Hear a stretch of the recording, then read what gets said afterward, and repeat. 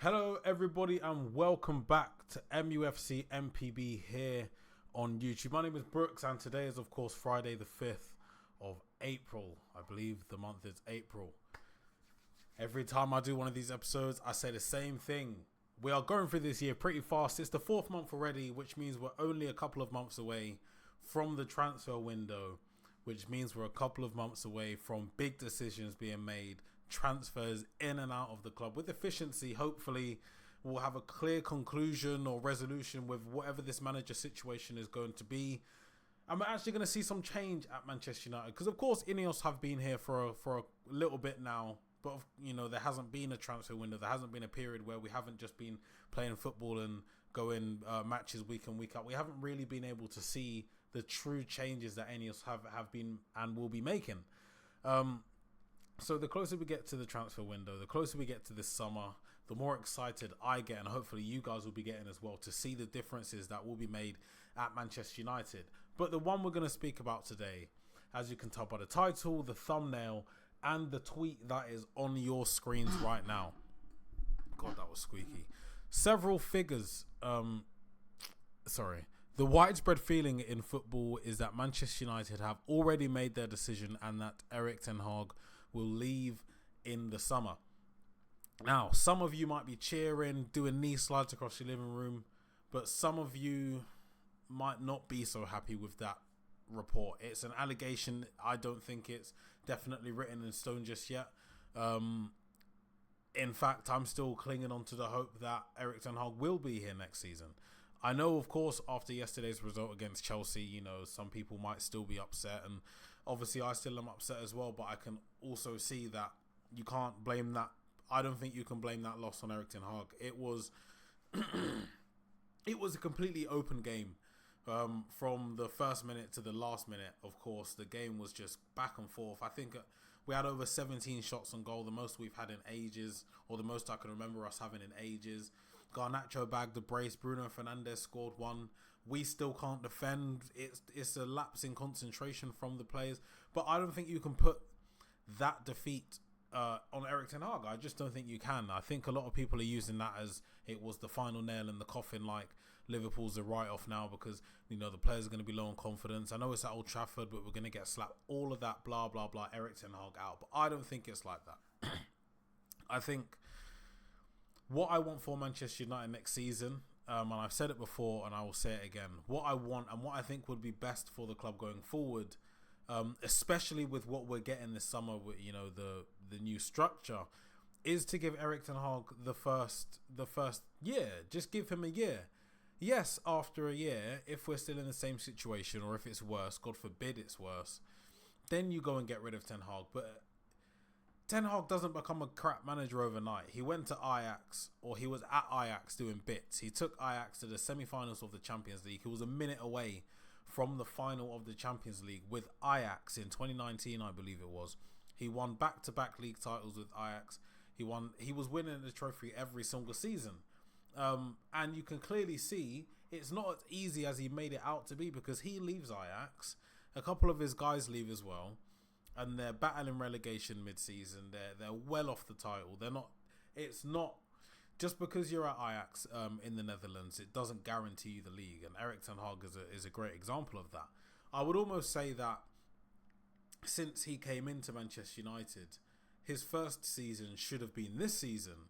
And then his second season should have been the progression where we did finish third with 75 points and we did win the Carabao Cup. Some of you guys might want to say, oh, it's only the Carabao Cup. Don't want to hear that anymore. Don't ever really want to hear that. A trophy is a trophy. You play who you're put against, and if you just don't lose and if you beat everybody, then you win the trophy. Liverpool fans, I live in Liverpool. It was crazy to see people were going ballistic when Liverpool won the Carabao Cup. Let's not pretend like it's a terrible trophy.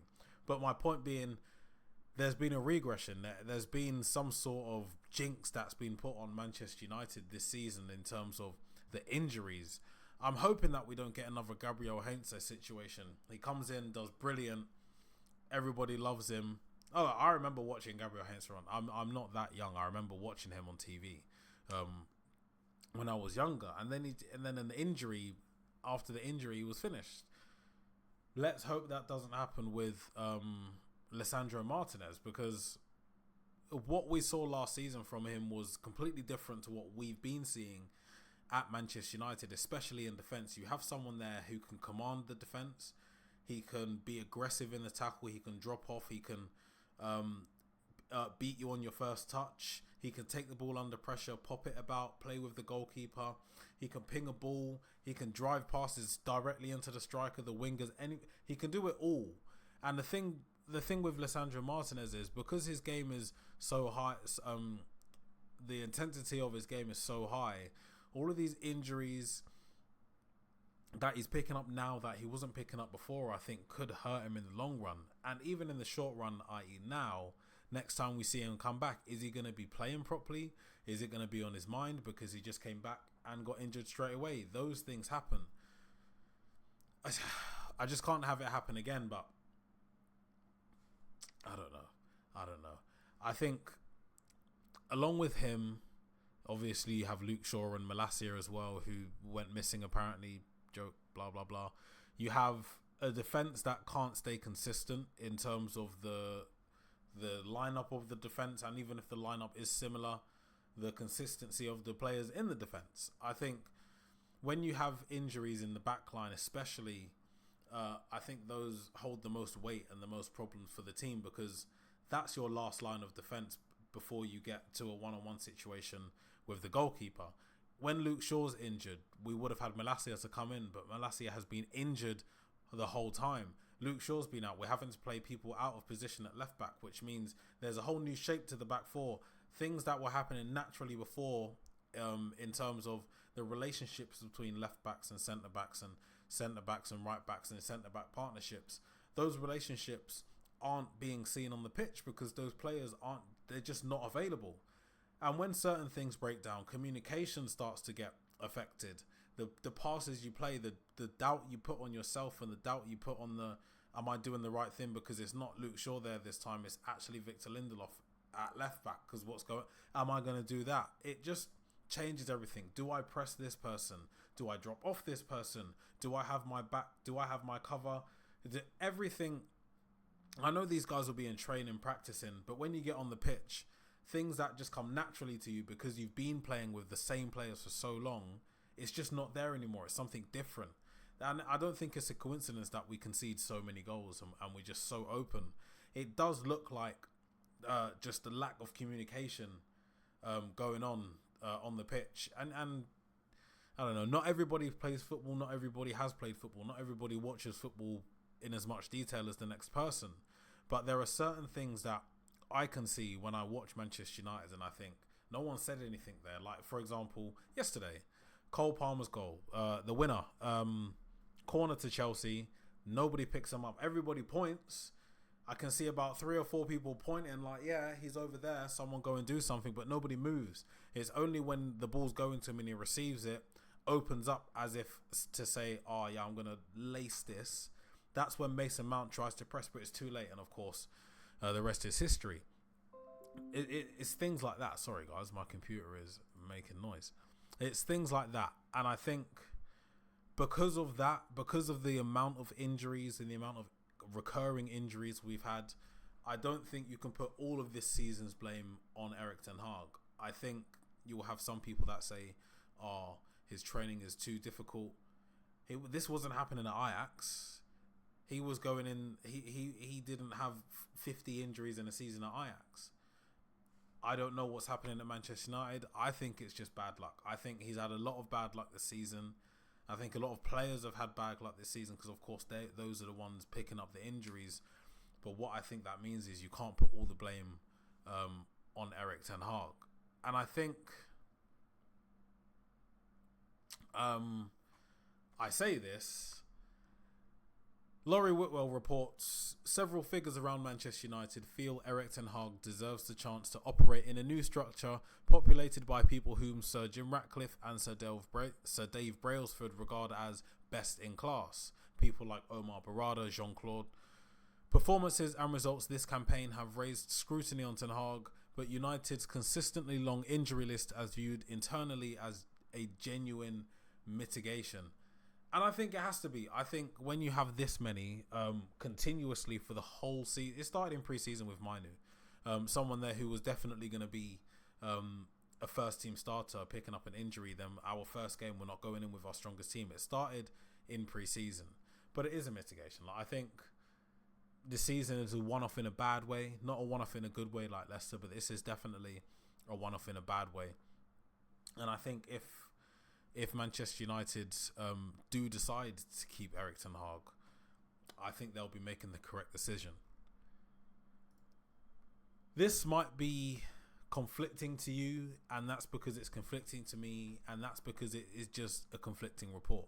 Laurie Whitwell also reports no decision has been made on Erik ten Hag's Manchester United future.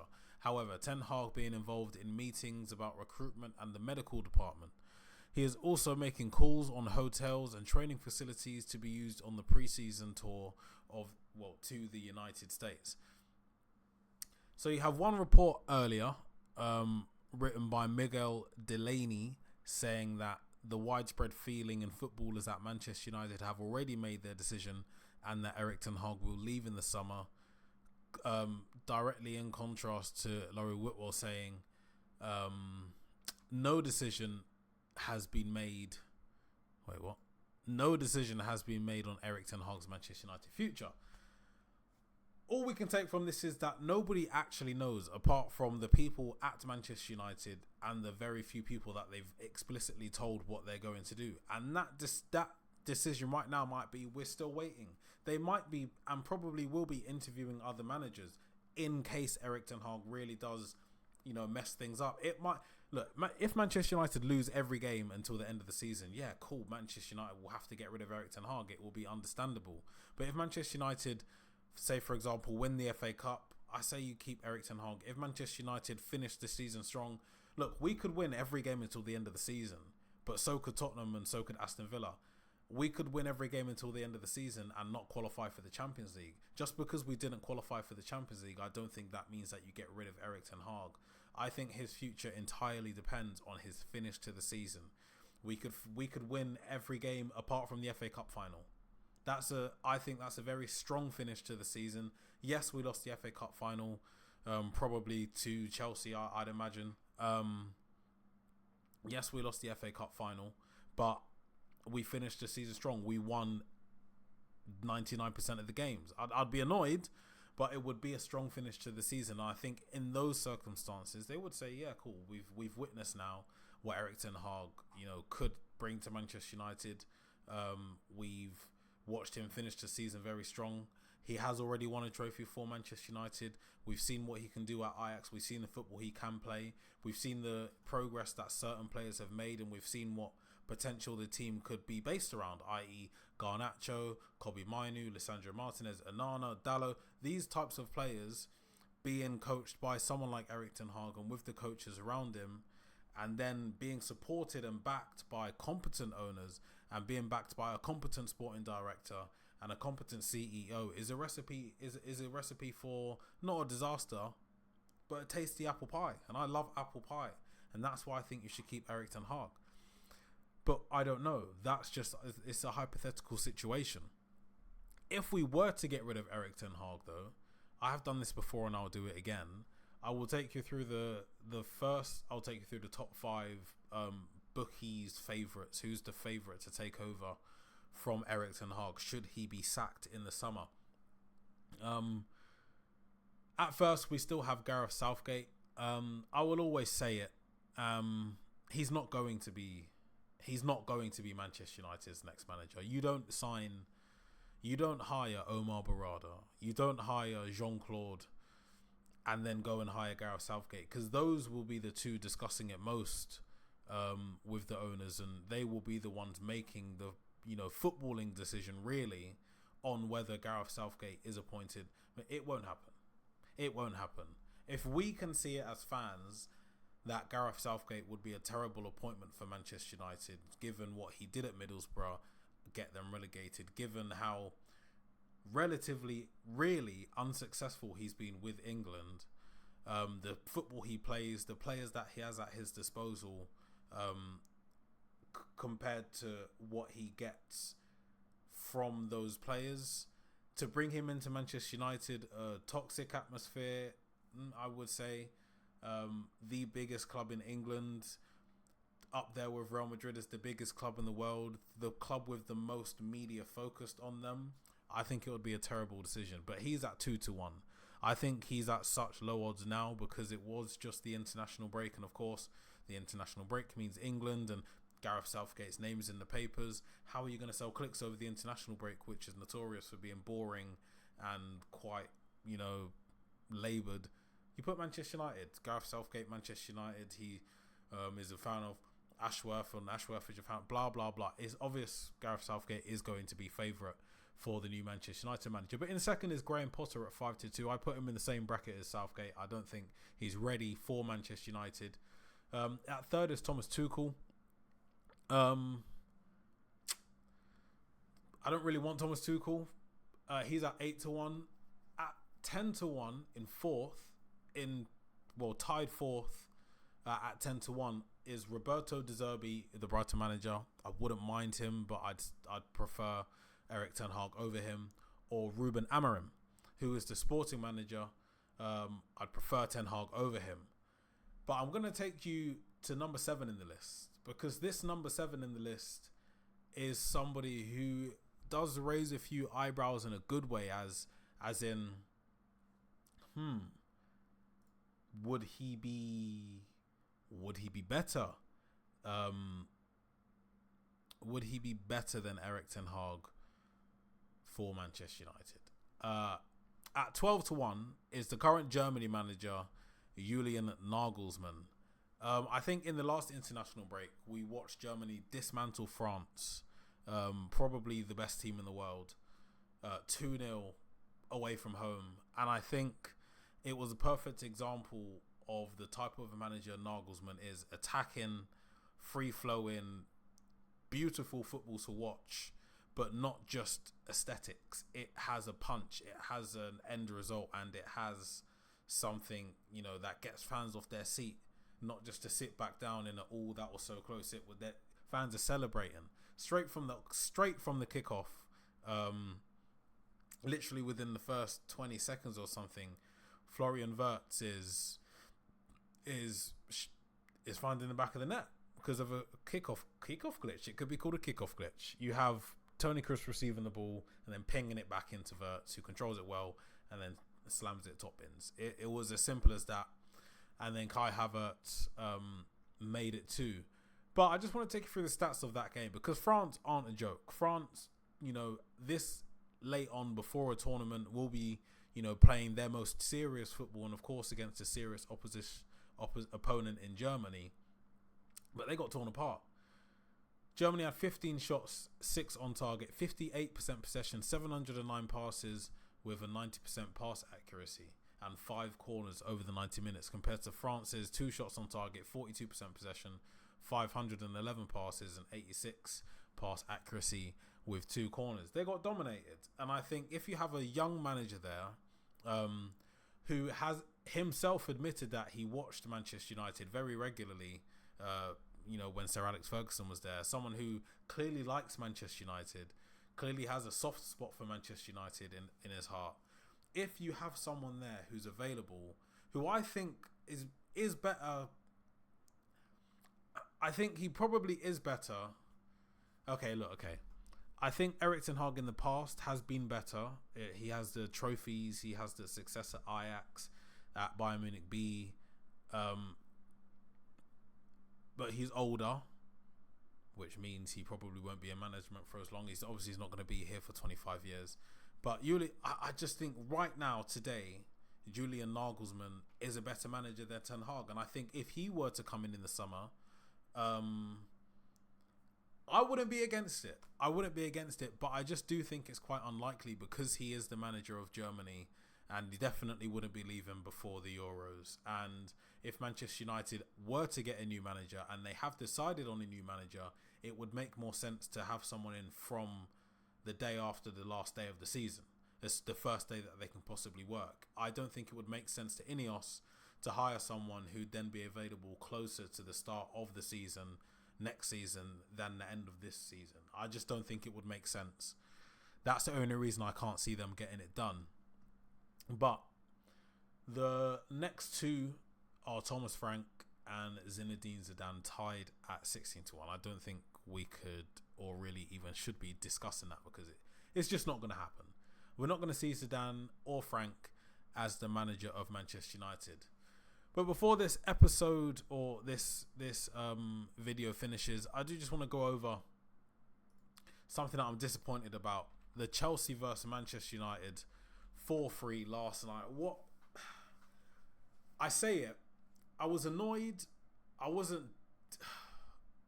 But I wasn't surprised. I wasn't shocked. Manchester United do this. It's like watching Manchester United is like playing FIFA. You score a goal and you just know that you're going to concede.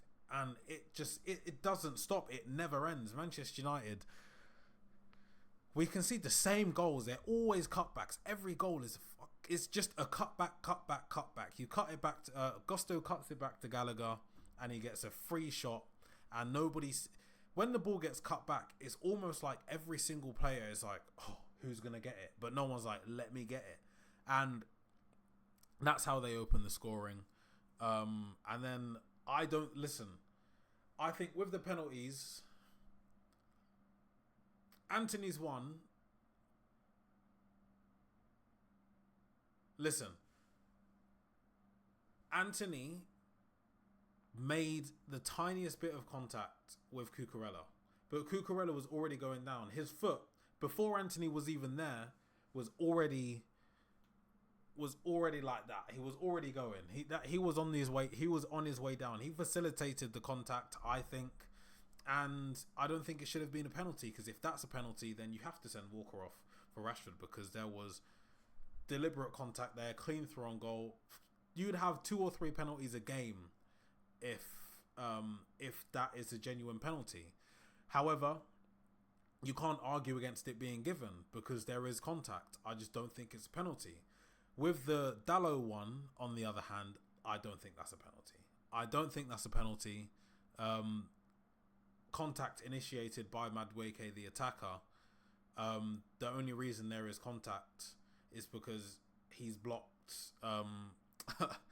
He's blocked. I don't even know how to describe it, but Dalot's gone to take a step, and instead of him being able to plant his foot down, Madueke's studs are there, the back heel of his studs, so Dalot can't put his foot down.